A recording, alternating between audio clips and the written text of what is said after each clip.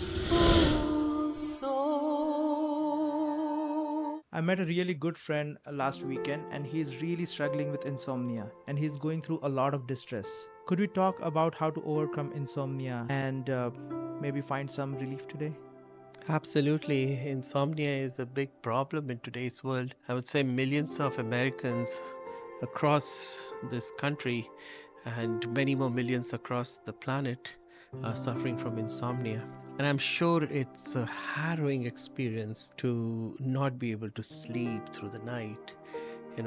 Sometimes when we have these temporary phases, when we can't sleep, let's say if we have traveled across time zones, which people call as jet lag, or if you have slept a lot during the daytime and you're not able to sleep during the night, and you know that there's a full schedule waiting for you the next day, the anxiety, the pain that one feels is quite a bit. I have experienced that, not in the past many years, but long back.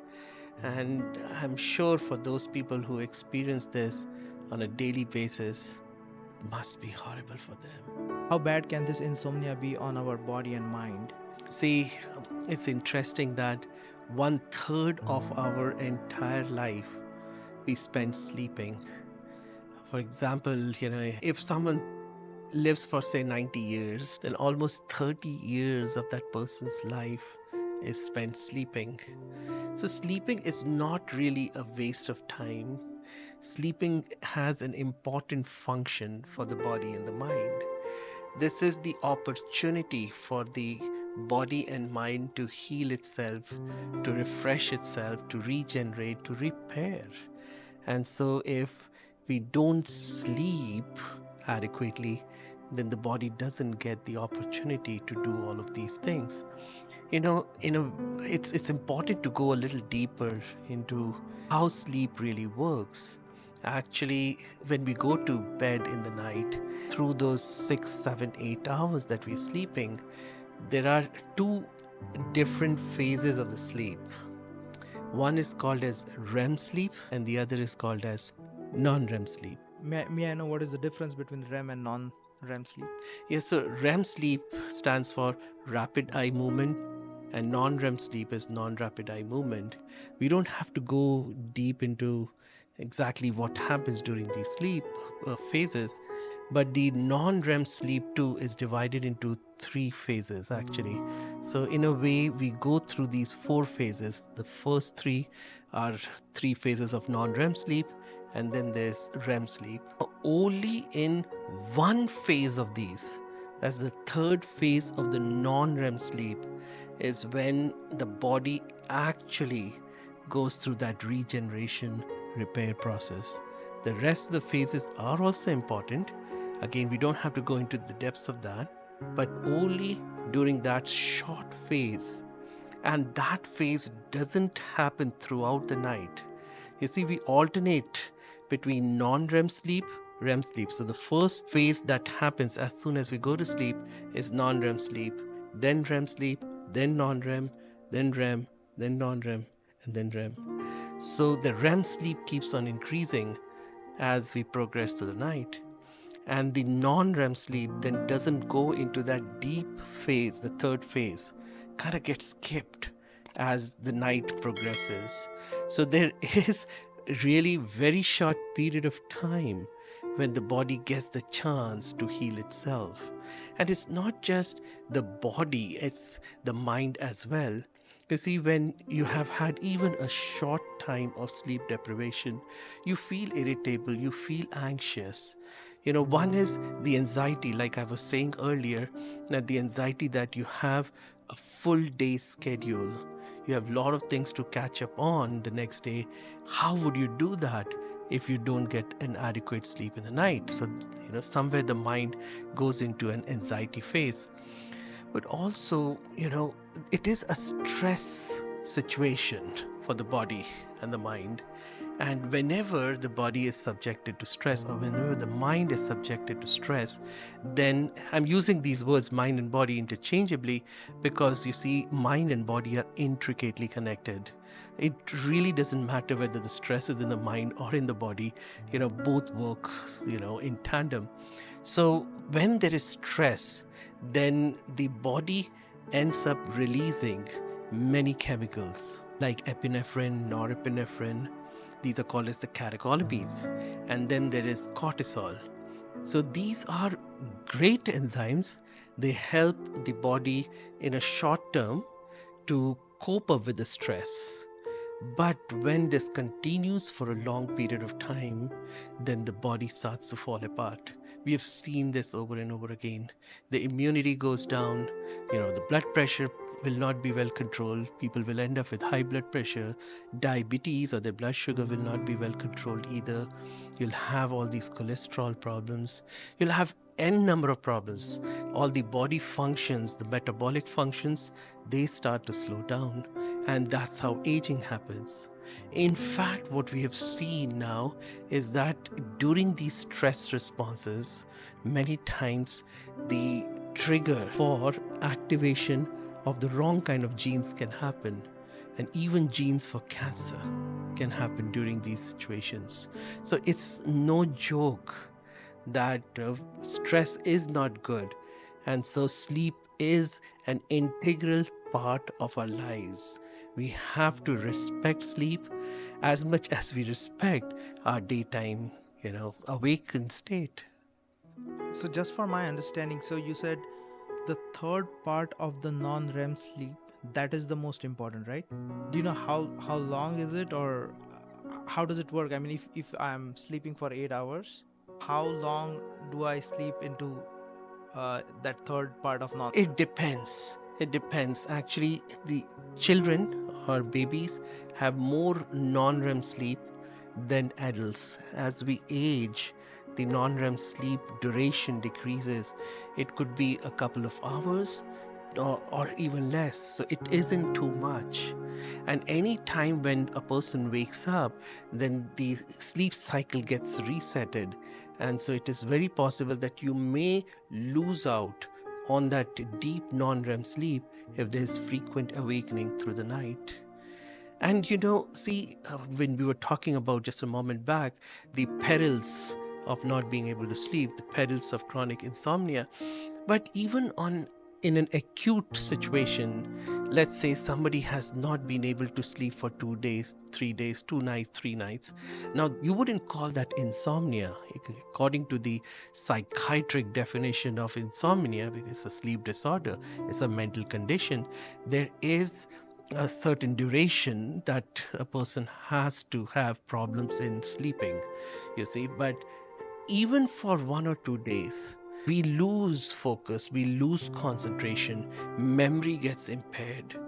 You will find that, let's say, somebody is driving a car on the highway and hasn't had a good night's sleep, or is operating heavy machinery.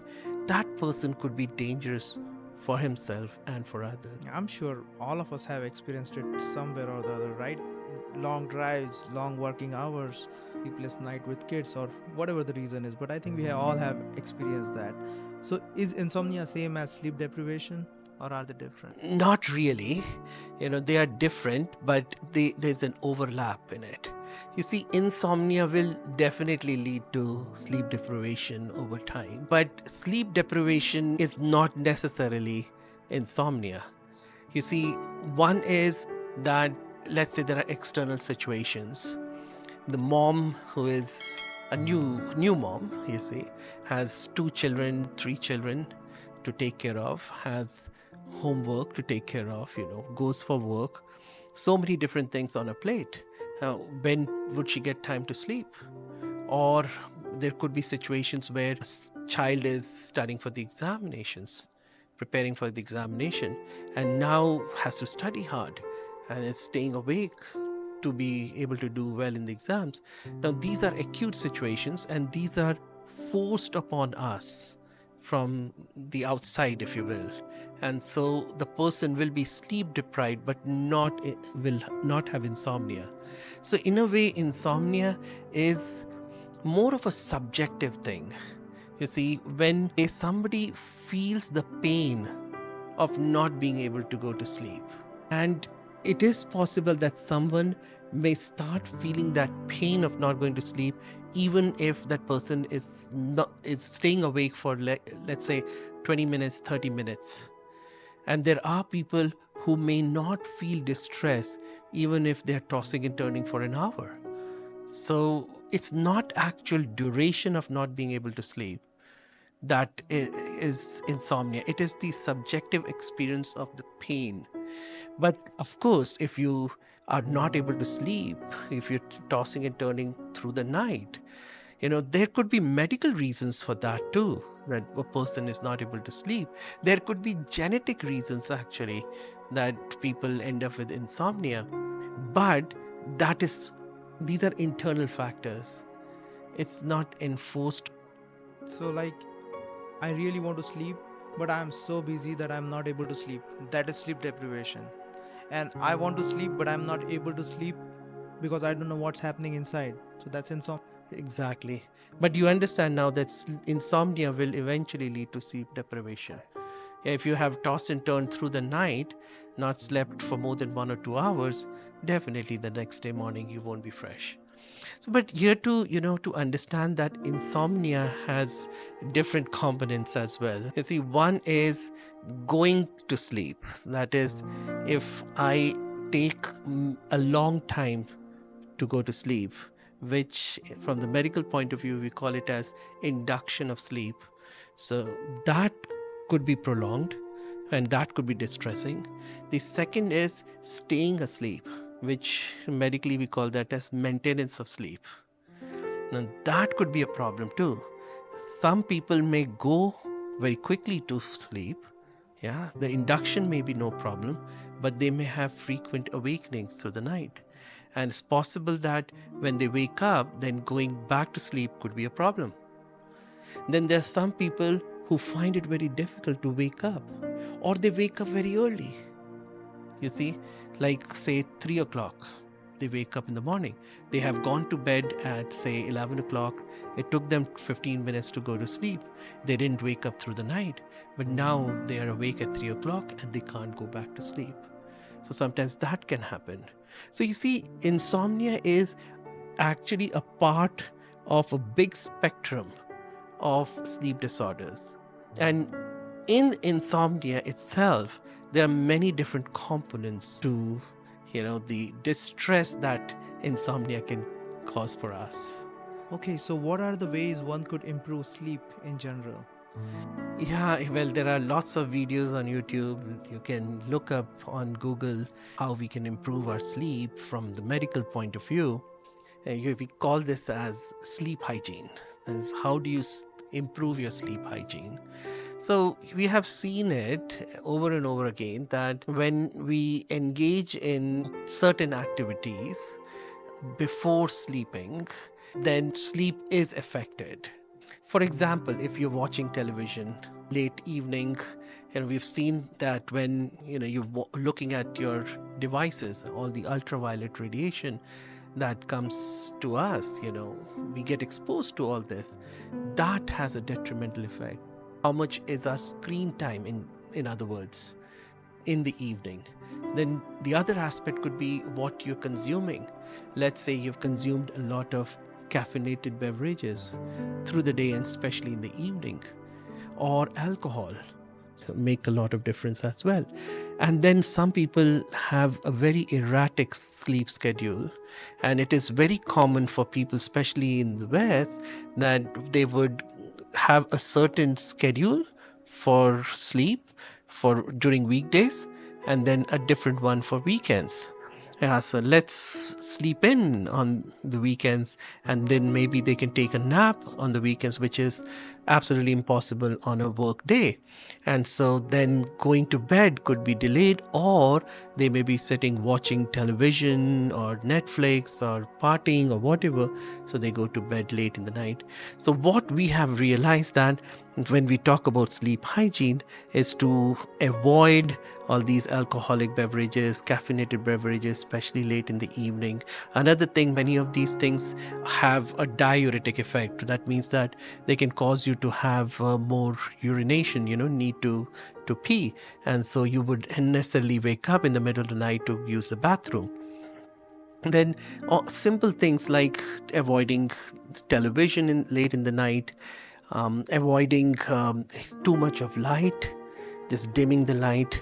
We've also seen that if you cool down the room, cool down your bedroom, cool down your house, then you can have a better sleep. So these are basic things, but so many of these are very easy to implement, and we don't. And one of the things which I was talking about is to create a schedule and stick to it through the week. So, in other words, if we wake up at 6 a.m. on weekdays, then we should wake up at 6 a.m. on the weekends. If we go to bed at 10:30 on weekdays, we should try our level best to, if we have a party, then go to party early, come back early, and try to stick to that schedule of sleeping. Om Shanti.